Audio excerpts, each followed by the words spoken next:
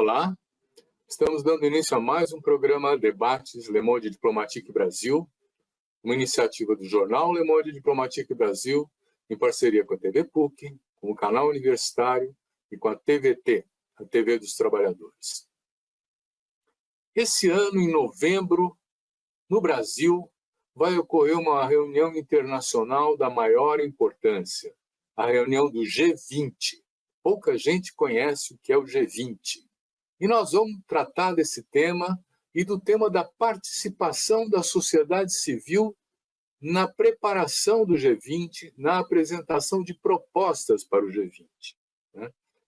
Essa preparação também é coordenada pelo Brasil, né? E eu vou apresentar agora para vocês o presidente do C20, que é o Agrupamento Internacional da Sociedade Civil, que está preparando propostas, já se reuniu em março para preparar o começo da elaboração desses documentos, para serem apresentadas aos chefes de Estado dos 20 países mais ricos e mais importantes, talvez, nessa dimensão, né, do mundo. Eu quero apresentar para vocês alguém que já esteve presente conosco várias vezes, que eu agradeço a disponibilidade. Quero apresentar o Henrique Frota. O Henrique Frota é advogado, é urbanista, é mestre em Direito Urbanístico e também mestre em Desenvolvimento e Meio Ambiente, diretor executivo do Instituto Polis, diretor executivo da ABONG, assessor da Plataforma Global pelo Direito à Cidade e agora presidente do C20, esse C20 que é o espaço global de expressão da sociedade civil. Henrique, mais uma vez é um prazer ter você aqui, muito obrigado pela sua disponibilidade, eu sei que você está com uma agenda maluca por causa dessa iniciativa toda, né? Então para nós é um reconhecimento e um agradecimento que você tenha aberto a sua agenda para poder participar com a gente. Né? Obrigado, Silvio. O prazer é todo meu. Obrigado pelo convite. E é sempre uma satisfação estar debatendo com você aqui no Le Monde Diplomatique Brasil. Então vamos começar essa história tentando identificar primeiro, o que é o G20, para que todos possam se situar onde a sociedade civil pretende intervir. Até onde eu sei, o G20 foi criado depois da crise financeira de 2008 e tem se reunido anualmente, né? Tem tido algum resultado? O que é o G20? Correto, Silvio. O G20 é o grupo das maiores economias do mundo, né? Ele, na verdade, o formato que ele tem hoje com os líderes de Estado, você tem razão, ele começa a ganhar corpo a partir da crise de 2008, mas o G20 ele é fundado antes, em 99, como um fórum de ministros de finanças e de presidentes dos bancos centrais, depois de uma sucessão de crises nos anos 90 que envolviam países do sul global, por exemplo, a crise dos tigres asiáticos, né? Muita gente vai se lembrar dessa crise que começou ali no Sudeste Asiático, nos chamados tigres asiáticos. Houve outras crises ao longo dos anos 90, e o grupo que existia até então era o G7, as 7 maiores economias do mundo. E dentro do G7 não estavam esses países do sul global, da onde estavam partindo grandes crises econômicas que abalavam toda a estrutura financeira global. Portanto, o G20 surge como uma espécie de ampliação. Ele não substitui o G7 continua existindo, né, de maneira independente, separada, mas o G20 aparece como a necessidade de ministros de fazenda, ministros de finanças, presidentes dos bancos centrais de um número maior de países conseguirem estabelecer um foro de concertação. Então, ele reúne desde 99 os 19 países mais ricos do mundo, né, com os maiores PIBs do mundo, mais a União Europeia. Daí o fato de ser G20. No ano passado foi aprovado o ingresso da União Africana como membro permanente também do G20. E a cada rodada anual, também quem preside, o país que preside, tem a possibilidade de chamar convidados, né, extraordinários para aquela rodada. Então, esse ano, por exemplo, o Brasil convidou Portugal, Espanha, Singapura, Noruega, alguns países da América Latina, mas efetivamente ele tem hoje 21 membros permanentes, né? Os 19 países mais ricos, a União Europeia e agora a União Africana. Então, ele surge em 99 como esse espaço de ministros, e na sua primeira década, ele vai se concentrar muito sobre os temas da arquitetura financeira, como, por exemplo, classificação de risco dos países, né, fluxos financeiros globais.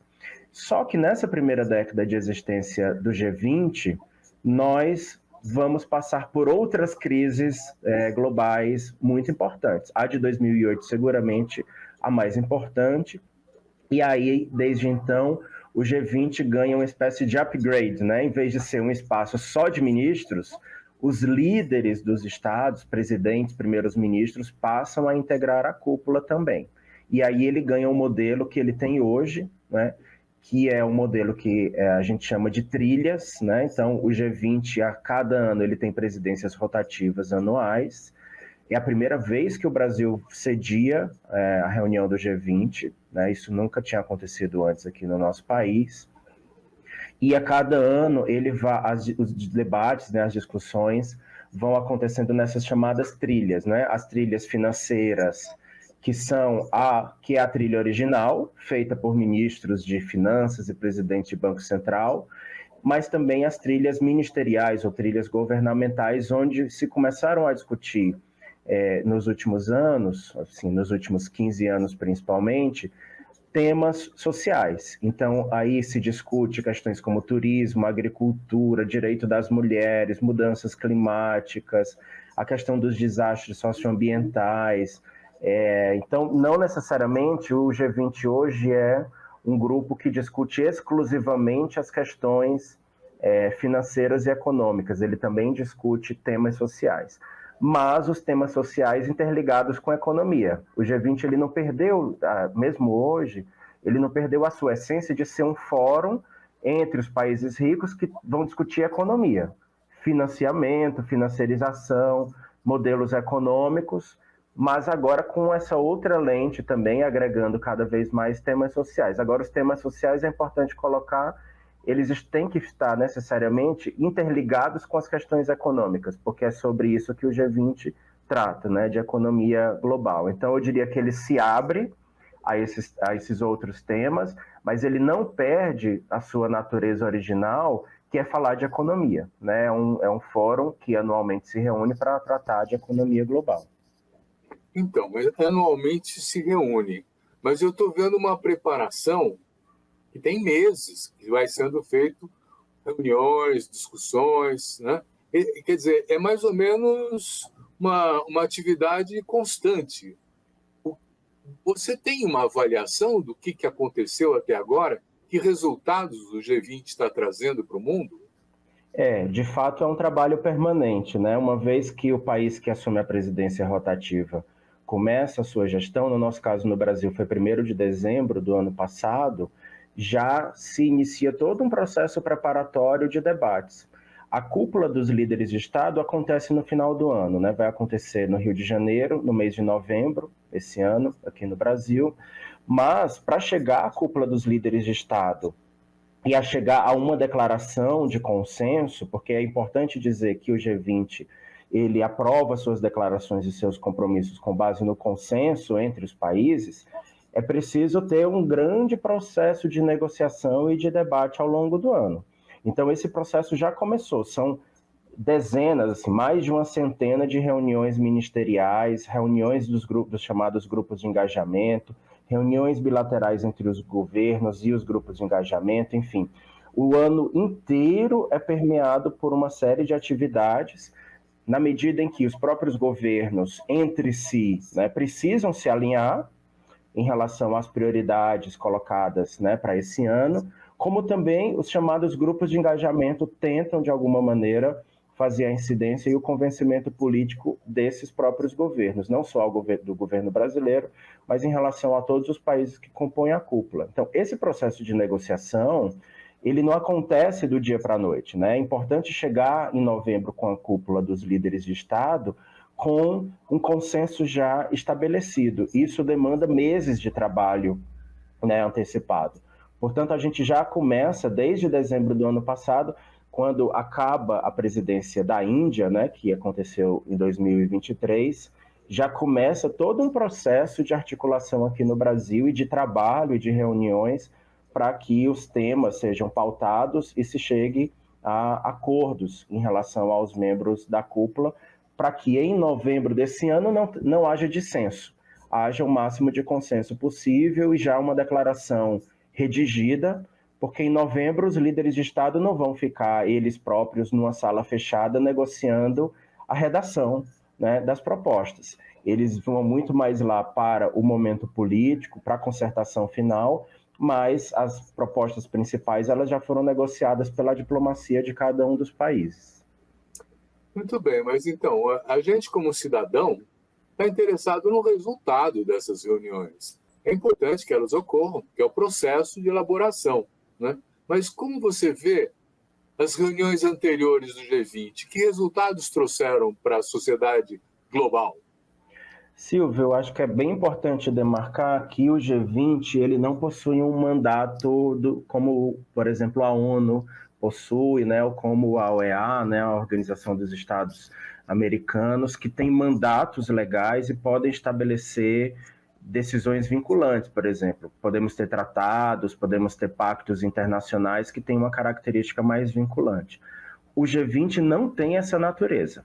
O G20 é um grupo de concertação entre os países, ou seja, é um grupo em que os países tentam dialogar e chegar a algum consenso sobre determinadas medidas.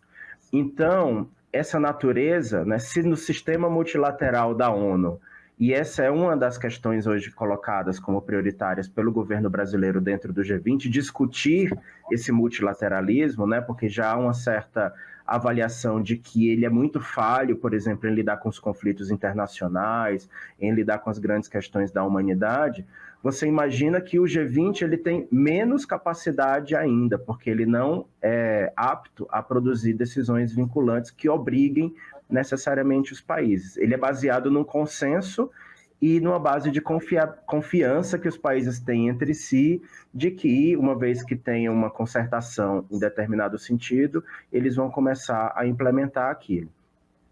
Agora, essa natureza diferente do G20 coloca uma limitação, né? Nós não conseguimos ter a cada ano no G20 decisões que são de implementação imediata. Então, nesses 25 anos de existência do G20, o que a sociedade civil tem solicitado é que o G20 seja mais transparente em relação às implementações daquilo que decide. Então, se os países decidem, por exemplo, pela criação de determinado fundo para uma área global, que eles prestem contas, né, se estão de fato contribuindo para esse fundo, para onde vai o dinheiro, qual é a política de distribuição desse recurso, porque eles chegam a cada ano a uma declaração, né? As rodadas do G20 são anuais, eles chegam a cada ano a uma declaração, a determinado grau de compromissos, mas o G20 não tem um painel de monitoramento, diferente de outros espaços internacionais em que você consegue detectar se os países estão cumprindo, se estão avançando ou não.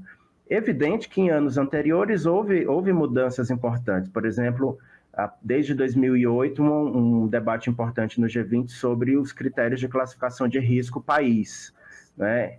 Houve mudanças na classificação de risco país, por exemplo. Mas ainda, mesmo nessa temática de classificação de risco dos países, que é determinante para os investimentos, né, que são feitos em cada país, ainda hoje há uma questão que a sociedade civil reclama muito, que é o fato de que são organizações privadas, né, bancos privados que fazem essa classificação. Então, os avanços do G20 são muito lentos na nossa perspectiva. E nós estamos chegando a um momento da humanidade em que não é mais possível ficar debatendo 20 anos por uma solução. A crise climática está aí já muito presente no nosso cotidiano. Não dá mais para os países ficarem dando voltas, né, e debatendo ao longo de décadas para chegar a soluções que, na verdade, nem são audaciosas, né? São soluções muito tímidas, na maioria das vezes.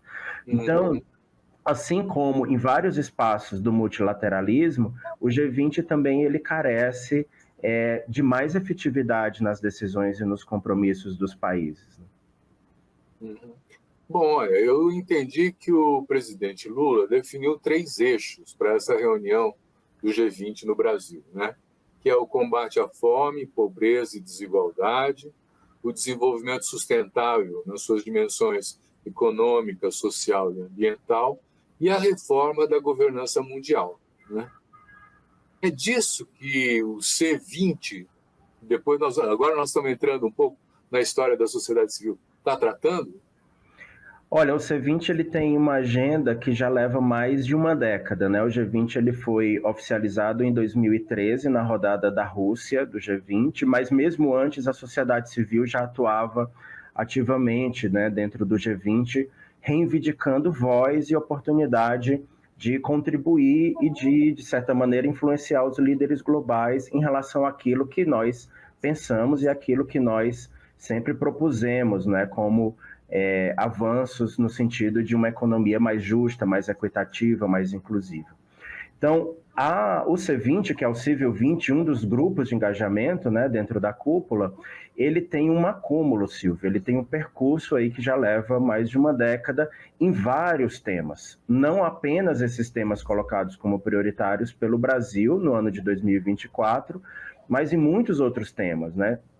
Por exemplo, toda a questão da economia global, né, da arquitetura financeira global, o C20 sempre tratou disso, toda a questão envolvendo saúde, desde a pandemia para cá, mas mesmo antes o C20 já tratava dos temas relativos aos sistemas de saúde, mas eu diria que de 2020 para cá isso ganhou uma relevância muito grande dentro da própria cúpula, mas particularmente também na sociedade civil, temas como educação e cultura, né, equidade de gênero, direito das mulheres.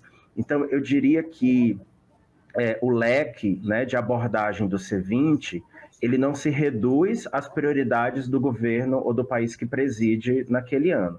Mas é evidente que o tema da fome, da pobreza e da desigualdade, assim como o tema do desenvolvimento sustentável, da crise climática e da transição energética, são temas muito importantes para a sociedade brasileira.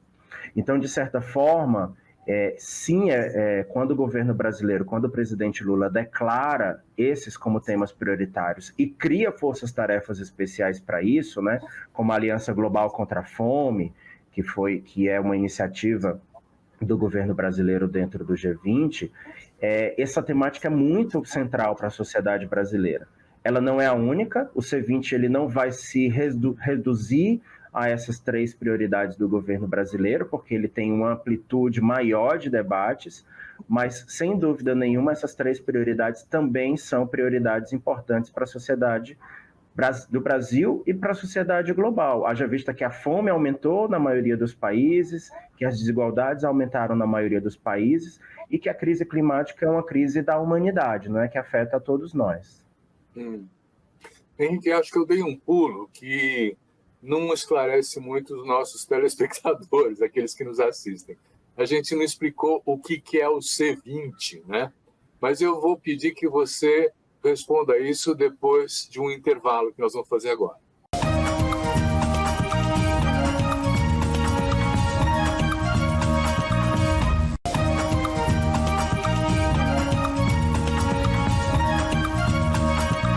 Então, Henrique, eu andei lendo um pouco sobre o C20. Tem 2.100 organizações da sociedade civil que participam nisso? Como é possível articular essas coisas? E o que é, afinal, o C20? Esse é um desafio gigantesco, né, nosso, da presidência, da coordenação do C20 esse ano, mas explicando o que é o grupo, o C20 é um grupo de engajamento dentro do G20, né? Então, esse ano de 2024, nós temos 13 grupos de engajamento. Esses grupos eles foram sendo criados ao longo dos anos, eles não nasceram junto com a cúpula em 99, né? Muitos deles foram sendo criados ao longo dos anos, diante da reivindicação de atores que ficavam de fora. Lembrando que o G20 ele é um grupo de debate entre os governos das maiores economias do mundo. Significa, portanto, que muitos atores, mesmo dentro dos estados, não tinham assento nessa mesa de negociação. Se nós pensarmos os tribunais de justiça, se nós pensarmos o poder legislativo dos países, se nós pensarmos os tribunais de contas, né, as auditorias oficiais dos países, eles não são governos, eles compõem o Estado, mas eles integram outros poderes. Então, eles ficavam de fora, uma vez que eles não são atores governamentais, embora sejam atores estatais. Então, esse é um exemplo, né, de alguns atores que ficavam de fora e que foram sendo criados os chamados grupos de engajamento para reunir e organizar. Então, hoje a gente tem um grupo de engajamento dos parlamentos, dos países do G20, nós temos um grupo de engajamento das cortes de justiça dos países do G20, e assim sucessivamente. E também atores que não são estatais, né, como, por exemplo, o setor privado, né, de negócios, a própria sociedade civil, as juventudes, as mulheres. Então, ao longo dos anos, o G20 ele foi, a partir de demandas, oficializando esses chamados grupos de engajamento. O C20 é um deles, né? Não é o único, é um dos 13 grupos de engajamento, mas é o que é mais aberto à participação da sociedade civil. O C20, a cada ano, né, a cada rodada, ele é presidido por uma organização do país que vai sediar a cúpula. Então, por isso que esse ano a ABONG, a Associação Brasileira de ONGs, preside o C20, né, eu na qualidade de presidente, mas com a equipe, né, trabalhando conosco, em parceria também com a Gestos, que é uma ONG associada da ABONG e que já acompanha esse fórum, que é o G20, há muitos anos. E o nosso papel, Silvio, é coordenar os trabalhos, né? Então, a cada ano, o C20 abre participação, né? Na Índia foi assim, na Indonésia e assim, e será assim na África do Sul no ano que vem. Então, a cada ano, o interesse da sociedade civil pode variar, o número de participantes ele pode ser maior, pode ser menor. Esse ano, no Brasil, nós temos mais de 2.000 inscrições, né, de mais de 60 países. O C20 ele é, inclusive, muito mais aberto e abrangente do que a própria cúpula, né? Porque a cúpula ela tem um grupo específico, né, de membros que são as maiores economias. No nosso caso, ONGs, movimentos sociais, coletivos de qualquer país do mundo, independente de ser um país membro ou não do G20, pode estar integrado nas discussões do grupo da sociedade civil. Então, como eu disse antes, esse grupo ele já existia antes, né, como reivindicação, e desde 2013, na rodada da Rússia, ele foi oficializado. Qual é o nosso papel, né, de qualquer grupo de engajamento, mas particularmente do C20? O nosso papel é organizar as demandas dos nossos membros, dentro, né, de temáticas específicas que são definidas a cada ano, que dialogam com as prioridades da cúpula, evidentemente, né? Não dá para a cúpula estar tratando de economia global e nós ignorarmos os temas econômicos, né? Porque seria totalmente inefetivo e ineficiente o trabalho. Então, ele, de certa forma, tem que estabelecer pontes com o que os governos estão discutindo dentro do G20. Então, nós nos subdividimos em temáticas e é um processo de facilitação e de liderança dessas centenas, né, milhares de pessoas que estão participando esse ano no Brasil, no sentido de elaborar proposições concretas. Nós já temos, a sociedade civil já tem muito acúmulo em termos de diagnóstico, né, das múltiplas crises que a humanidade vem passando. Então, o papel do C20, óbvio que nós podemos produzir esse tipo de material também, né, materiais mais analíticos, materiais mais robustos de diagnóstico e de análise do contexto, mas a nossa principal função é de incidência política, ou seja, convencimento dos atores que vão tomar decisões. O C20 não toma decisões, o C20 é um grupo de influência, né? Um grupo de interesse que tenta influenciar aqueles que sim, dentro do G20, tomarão as decisões, ou seja, os diplomatas, que são os emissários dos países, e, em último grau, os próprios líderes dos países, que são aqueles que vão fechar em novembro com a cúpula de líderes, assinando a declaração final. Portanto, nós não deliberamos, nós não decidimos sobre nada. Nós nos organizamos para ter um pacote de propostas. Um pacote de propostas que seja concreto, que seja efetivo, e o meu papel, e o papel da Alessandra Nilo, né, minha colega da ONG Gestos, é exatamente fazer esse trabalho de negociação com os atores governamentais, a partir do que essas mais de 2.000 organizações vão debater nos próximos meses. Então, o papel do C20 é elaborar um documento com as suas propostas nas diversas temáticas que nós temos trabalhado esse ano de 2024. Então vamos puxar um tema que eu acho que tem aí algumas contradições que são interessantes, né? O G20, ao congregar as maiores economias, tem uma predominância do norte, dos países do norte. O sul global fica menos representado, né? E tem uma discussão que está pautada, que é a questão do neocolonialismo. Por exemplo, como é que a gente trata a questão do neocolonialismo dentro do G20, onde os principais países são os responsáveis pelo período colonial e pela forma de reprodução desse colonialismo até hoje, hein? Eu acho que esse é um tema super importante, Silvio, inclusive com o ano passado o ingresso da União Africana como membro permanente do G20, existe uma grande expectativa também de que haja um reforço, né, das vozes do Sul Global nesse espaço.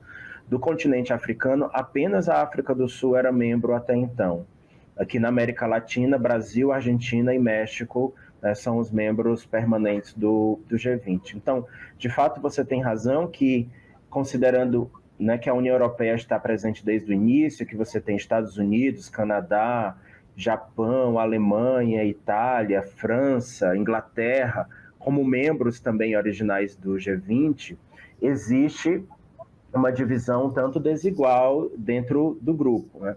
Embora nós temos visto que os países do Sul Global, as economias emergentes, têm tido uma voz muito importante. Nos últimos anos, o G20 passou por uma sequência de países do Sul Global. Então, em 2022, Indonésia, em 2023, Índia, esse ano no Brasil e ano que vem será na África do Sul. Então, essa sucessão, né, de presidências rotativas em países do Sul Global vai permitindo também que esses países coloquem prioridades para a cúpula que talvez não seriam as prioridades colocadas pelos países europeus ou da América do Norte. Mas, evidentemente, que existe uma questão aí, não só no G20, mas em outras arenas, né? Na COP, por exemplo, no debate do clima, em que se olha muito para os países do Sul Global como os países que são ainda o celeiro do mundo, né? Então há uma geopolítica de divisão da economia global, como nós somos os países que fornecem minério, fornecem commodities, né? O nosso solo é expropriado, e aí caberia aos países do norte global nos compensar. Essa relação é uma relação neocolonial, né? Uma vez que nós estamos produzindo relações de subordinação em que o Sul fornece tudo que dispõe da natureza, do trabalho, né? Então, e aqui resta a precarização da mão de obra, aqui resta a degradação do meio ambiente, e os países do norte ficam prometendo nos compensar de alguma maneira, com fundos disso, fundos daquilo. Quando, na verdade, o que nós deveríamos estar discutindo eram relações soberanas e autônomas entre esses países, né? Os países do Sul Global deveriam estar muito mais reivindicando um processo de industrialização limpa para competir de igual, né, com os países do Norte Global.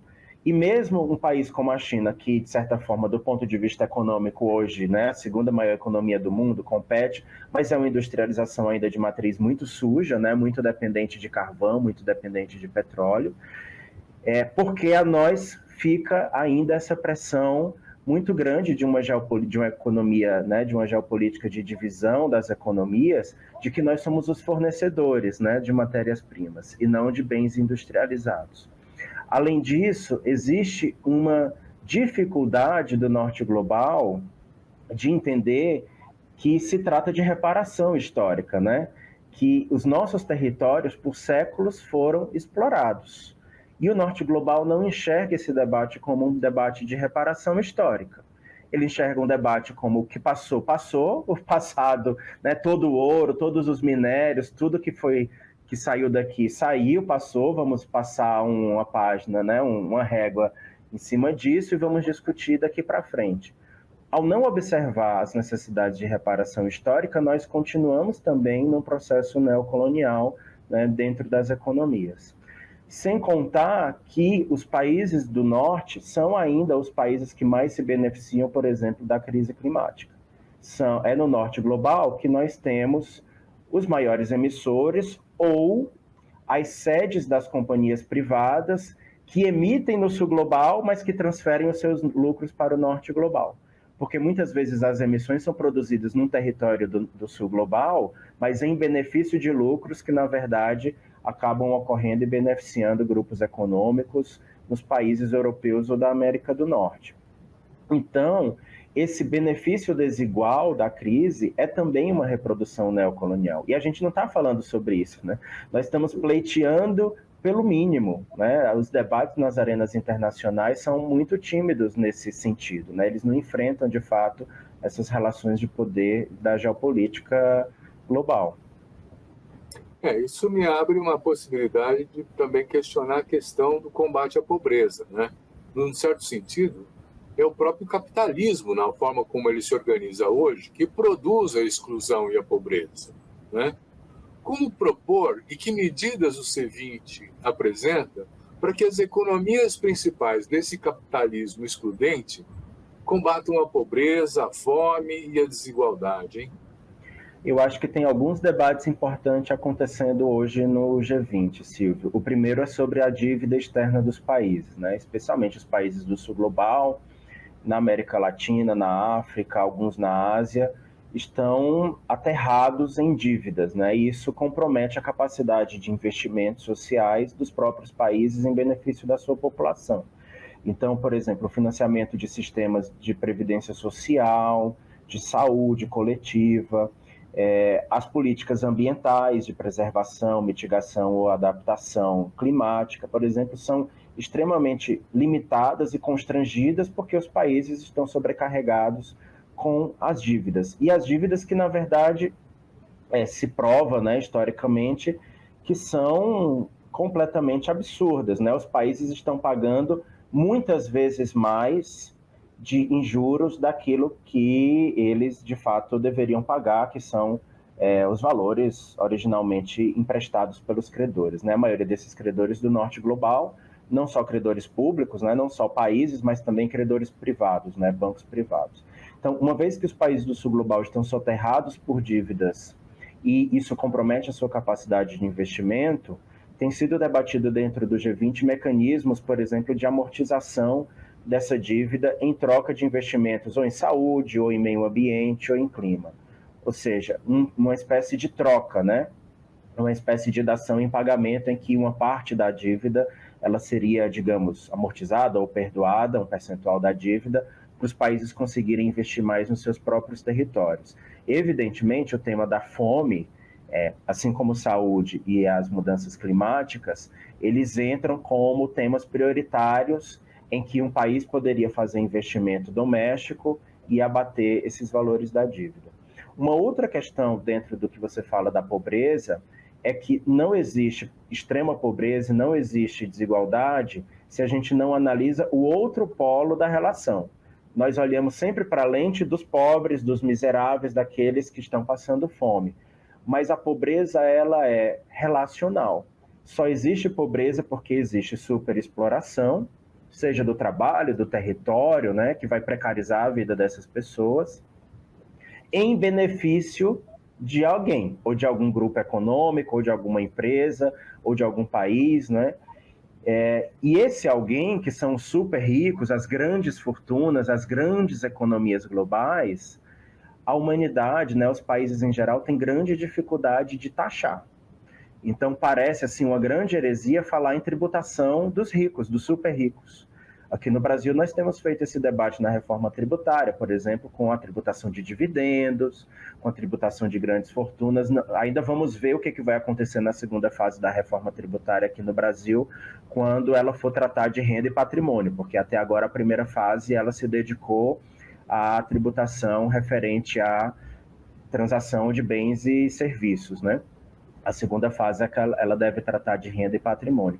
E globalmente esse debate também existe, ou seja, como é que a gente vai enfrentar o tema dos paraísos fiscais, dos chamados paraísos fiscais? Como é que a gente vai enfrentar temas como grandes famílias ricas que criam offshores, empresas offshore para pagar menos tributo internacionalmente? Como que a gente vai enfrentar o tema da tributação de fluxos financeiros globais? Os super ricos, eles gozam de muitos privilégios, né, nessa arquitetura financeira global. E enquanto a humanidade estiver beneficiando os super ricos com esses privilégios, haverá extrema pobreza. Uma coisa está diretamente relacionada à outra, porque nós estamos drenando os recursos globais e os recursos dos países para fazer subsídio, desoneração, né, privilégio para essas grandes fortunas, quando, na verdade, esse recurso deveria voltar para o interesse público. Então, esse é um outro exemplo de um outro debate bastante concreto que tem se dado dentro do G20. Muito bom. Vou fazer uma pergunta para você e depois a gente faz um intervalo e aí você responde, tá bom? Quer dizer, quando se fala da governança mundial, uma reforma da governança mundial, significa, inclusive, mexer com os organismos multilaterais, né? As reuniões do G20 até hoje conseguiram influir nas políticas do FMI, do Banco Mundial, da União Europeia, por exemplo? Então, você pensa um pouquinho e já já nós vamos entrar nesse assunto. Vamos ao intervalo.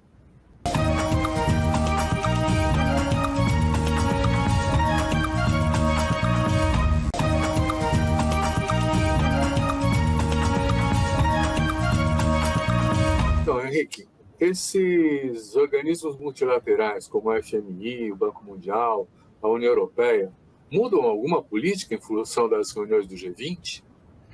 Olha, Silvio, antes até de responder essa tua questão, né, dos bancos de desenvolvimento, é importante situar que quando o presidente Lula coloca essa prioridade da reforma da governança global, ele está endereçando muito mais ao sistema ONU, né? Nós sabemos como, historicamente, os governos Lula, o Brasil tem pleiteado, por exemplo, a integrar o Conselho de Segurança e tem feito críticas em relação ao poder de veto de apenas alguns membros do Conselho de Segurança da ONU, o que faz com que os diversos, né, as dezenas de conflitos armados que acontecem no mundo todo, a ONU não consiga se posicionar ou ter medidas efetivas em termos de paralisação e responsabilização. Nós estamos vendo o que acontece em Gaza, na Ucrânia, mas existem muitos outros conflitos armados nesse momento no mundo que sequer, né, chegam à grande mídia e que a ONU é pouco eficiente do ponto de vista da atuação no sentido de paralisação e responsabilização dessas agressões armadas entre países ou entre povos. Então, o presidente Lula, ele mira muito mais nessa seara da governança global, que é a ONU. Haja visto, inclusive, o que há semanas atrás, quando teve a reunião ministerial de chanceleres aqui no Rio de Janeiro, né, no Brasil, o ministro Mauro Vieira, no seu discurso, tratou muito mais essa questão da ONU do que dos bancos de desenvolvimento. Mas é certo que, ao falar de multilateralismo, nós também estamos falando desses bancos e dessas agências financeiras de desenvolvimento, porque elas também compõem, né, aquilo que a gente chama de sistema de Bretton Woods, que é o sistema financeiro global, que já leva aí mais de um século, né, de existência. Então, esses bancos, nós sabemos disso, eles são, na verdade, as estruturas que fazem as políticas financeiras globais, na medida em que eles são detentores dos recursos e eles têm uma certa cartilha, né, que eles obrigam os países a seguirem se os países desejam ter empréstimos ou apoio financeiro dessas estruturas. FMI, Banco Mundial, Banco Interamericano, o Banco dos BRICS, né, que é o novo Banco de Desenvolvimento, presidido pela ex-presidenta Dilma Rousseff. Então, nós temos uma arquitetura de bancos globais que advém desse multilateralismo e que detém muito poder econômico. E que, ao deter poder econômico, também detém muito poder político. Os países do norte global têm muita prevalência, né, nas políticas desses bancos, porque eles são os grandes cotistas, né? Nos últimos anos, os países do sul global passaram a ser cotistas importantes. A China, por exemplo, passou a ser cotista muito importante em alguns desses bancos. Mas ainda, né, seguimos um padrão histórico de que países do norte global são os maiores cotistas porque são aqueles que mais contribuem com os recursos desses bancos. Então, o G20 ele é um espaço, né, de concertação que seguramente pode influenciar as políticas desses bancos, mas o fórum do G20 ele não é o conselho do banco, né? Então ele não está dentro da governança interna de nenhum desses bancos. É preciso que o G20 chegue a consensos e esses consensos sejam levados, né, para os boards, para os conselhos de cada um desses bancos e que efetivamente consigam implementar as medidas concretas de transformação interna. Então, essas transformações, elas são um tanto quanto lentas, né? Porque elas têm um percurso muito grande. Não é simplesmente na cúpula dos líderes em novembro desse ano, os países decidirem alguma coisa e automaticamente o FMI vai mudar a sua política interna. Tem um outro percurso que tem que acontecer dentro da governança do FMI. Agora, os países que compõem o G20 são os maiores acionistas, por assim dizer, desses bancos. Então, é esperado que, uma vez que eles cheguem a algum consenso dentro do G20, esse consenso seja trasladado também para as estruturas internas de governança desses bancos e promovam alguma modificação. Mas, ressalto, não são mudanças automáticas nem mudanças rápidas de acontecer. Uhum. Então, um dos outros eixos aí é a ideia da sustentabilidade ambiental, né? E nós vamos ter a COP30 também aqui no Brasil o ano que vem, não é? Quer dizer, que relação tem essa reunião do G20 com a reunião da COP30? Bom, a COP30 ela é organizada dentro da ONU, né, pela Convenção Quadro do Clima, que remonta à Conferência de 92 no Rio de Janeiro, né, quando essa Convenção Quadro das Mudanças Climáticas foi aprovada, e junto com ela foi aprovado um mecanismo de monitoramento e de acompanhamento.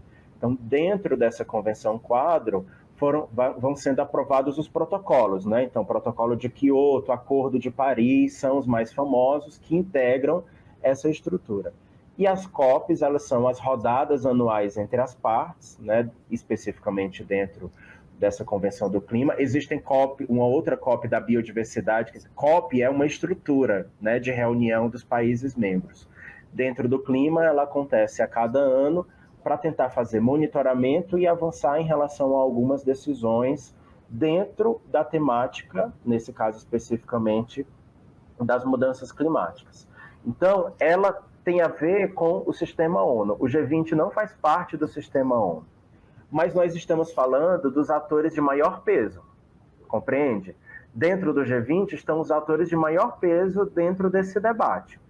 É óbvio que nós fazemos a crítica de que os países pequenos, as menores economias, que talvez sejam, nesse momento, aqueles mais gravemente impactados pelas mudanças climáticas, não estão no G20. Os países insulares, né, as pequenas ilhas, que inclusive já estão sofrendo com o aumento do nível dos oceanos, não têm assento dentro do G20. Mas o G20, de alguma maneira, reúne aquele agrupamento de países que tem as maiores condições de chegar e de arregimentar consensos dentro da COP. Então, são estruturas diferentes, separadas, elas não substituem uma a outra, Silvio. A COP, nós não podemos esvaziar a COP pelo fato de termos o G20 esse ano aqui no Brasil. A COP continua sendo a arena mais importante de negociação climática que nós temos hoje no mundo, não é o G20, mas na medida em que o tema da crise climática ele é um tema urgente e emergente, ele precisa ser tratado também pelas maiores economias globais de maneira responsável. Então, nós acreditamos que vai ser muito importante discutir a crise climática e a transição energética justa no G20 esse ano, para que haja acúmulo, inclusive, e talvez um maior grau de consenso, para que se chegue à COP já com alguma medida mais concreta, né, sendo pactuada pelos países. Então, nós podemos entender que, embora o G20 não faça parte dessa estrutura da ONU, né, e nem tenha nenhum grau de governança sobre a COP do clima, o G20 ele pode ser uma etapa importante entre esses países, né, de grandes economias globais, para que se consiga chegar a um debate e a um consenso maior em relação a algumas medidas, e aí essas medidas serem levadas para a COP, seja a COP29, né, que esse ano acontece no Azerbaijão, também em novembro, né, vão acontecer em períodos paralelos. O G20 ele vai acontecer no Rio de Janeiro, no mesmo período em que a COP29 acontece no Azerbaijão, seja para a COP30 ano que vem aqui no Brasil. Eu vejo aqui que no C20 também está identificado um grupo que trabalha com digitalização e tecnologia. né? E hoje em dia nós temos a discussão da inteligência artificial, nós temos as plataformas que são mais poderosas do que os próprios governos dos países em que atuam.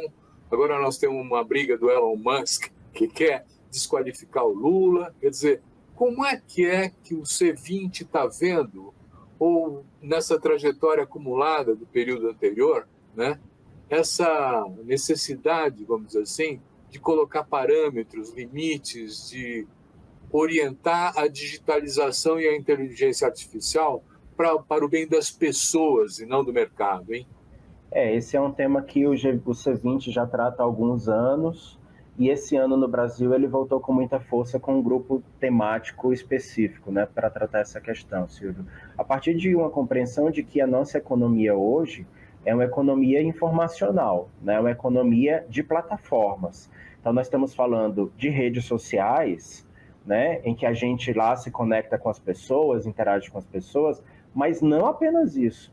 Quando o C20 trata do tema da digitalização e das tecnologias, nós também estamos endereçando as plataformas diversas que estão, por exemplo, conectando trabalhadores e precarizando, né, o trabalho nos diversos países. Entregas, deslocamentos, né, plataformas tecnológicas diversas. Estamos falando da tecnologia artificial, estamos falando de mecanismos de reconhecimento facial e de biometria aplicados na segurança pública, por exemplo. Então, não se restringe apenas às redes sociais, embora o tema da regulação das redes sociais seja central, né, para o C20, porque é aí, na seara das redes sociais, em que nós vemos um avanço de movimentos antidemocráticos, de extrema-direita populista, que propagam notícias falsas, fake news, e com o avanço da tecnologia de maneira cada vez mais sofisticada. Por exemplo, a questão do deepface, agora com inteligência artificial, eu consigo botar o rosto do Silvio, a voz do Silvio, falando alguma coisa absurda e você nunca ter dito aquilo. É a tecnologia que vai fazer, né? A inteligência artificial. Então, o que garante que nas eleições, nos processos eleitorais, e no Brasil nós vamos viver, né, um teste perigoso, né, agora em 2024, mas esse ano no mundo nós temos diversos países passando por processos eleitorais. Então, o que garante que a tecnologia não vai ser manipulada, como já foi, né, nesse passado muito recente, em diversos países, inclusive no Brasil, para a propagação dessas mentiras ou para descredibilizar determinados candidatos ou determinadas tendências com a propagação de notícias falsas, de mentiras, e que agora não é simplesmente um card, né? Não é simplesmente uma arte. A inteligência artificial é capaz de produzir um vídeo com o seu rosto e com a sua voz falando a maior barbaridade. Então, a regulação das redes ela é importante também por isso, mas também para que a gente promova a soberania digital nos nossos países. Então, o C20 ele trabalha dentro desse grupo temático com um leque bastante amplo de temáticas, como eu falei, que não é apenas a rede social, mas é como o universo digital e as tecnologias hoje, elas estão determinando as nossas economias, o nosso pensamento, a nossa cultura política, inclusive a nossa tomada de decisão. Olha, nós estamos chegando próximos ao fim do nosso programa, está excelente, né? Mas eu vou colocar uma questão para você que me parece assim, que converge a partir da nossa conversa, né, como um tema muito central. E nós vamos fazer o último intervalo, depois eu peço para você responder isso, né? Quando a gente fala de poder econômico, de poder das plataformas, do sistema de Bretton Woods meio falido hoje em dia, nós estamos falando de um desafio de criar uma nova governança mundial, não é? Então, eu queria que você nos contasse um pouco como é que essa governança democrática pode se construir na concepção do C20 e se isso está presente no debate do G20. Vamos, então, ao último intervalo e depois eu peço para você responder isso, tá?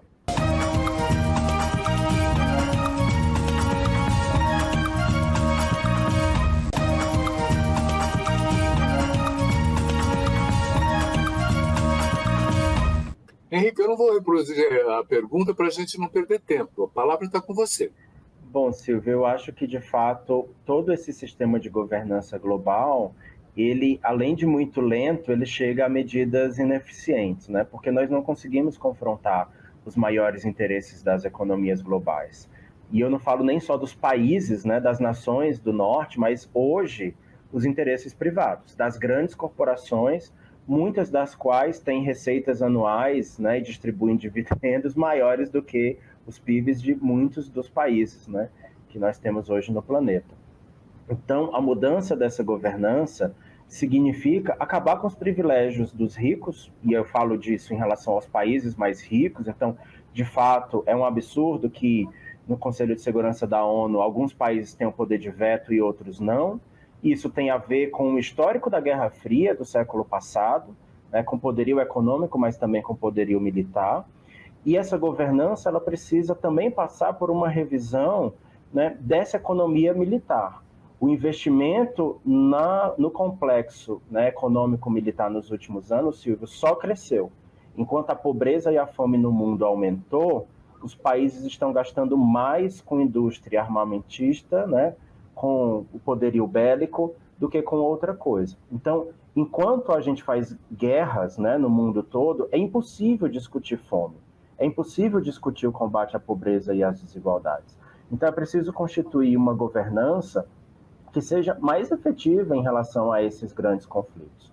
Um segundo aspecto, né, você falou de enfrentar uma cultura neocolonial, isso é fundamental. Trazer para a mesa esses atores que sempre foram excluídos, né, do processo de governança global. Quem são esses atores? Os países pobres, se eu falo de uma geopolítica internacional, particularmente América Latina, África e Ásia, mas também trazer os segmentos populacionais historicamente excluídos.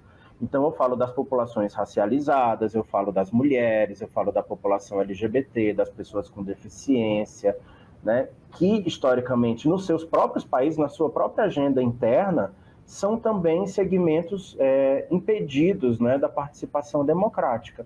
Nós sabemos aqui todos os dados e o histórico, por exemplo, da população negra no Brasil, da população originária, os povos indígenas no Brasil. Então, trazer esses saberes e trazer esses conhecimentos também para os espaços de concertação, eles são fundamentais. E nós temos as nossas próprias organizações, né, da sociedade civil, ou seja, uma governança que olhe e que reconheça que os atores do direito internacional não deveriam mais ser simplesmente os Estados nacionais. Existem outros sujeitos que também precisam ter voz e capacidade de influir nas arenas internacionais, que não os Estados nacionais, que são os sujeitos clássicos, né, do direito internacional. Então, uma governança muito mais aberta, muito mais porosa, muito mais capaz de ouvir essas diversas vozes, mas independente disso, de ser inclusiva, aberta, antirracista, uma governança que produza compromissos vinculantes. Nós não podemos mais lidar na geopolítica global com acordos que não sejam cumpridos pelos países. Bom, chegou o tempo, terminamos, né? Eu quero agradecer muito ao Henrique Frota e desejar sucesso ao presidente do C20 nessa empreitada homérica aí, que é coordenar 2.100 organizações para preparar propostas para os governos dos principais países, principais economias do mundo, né? E agradecer você também que nos assiste, dizendo, semana que vem tem mais. Obrigado.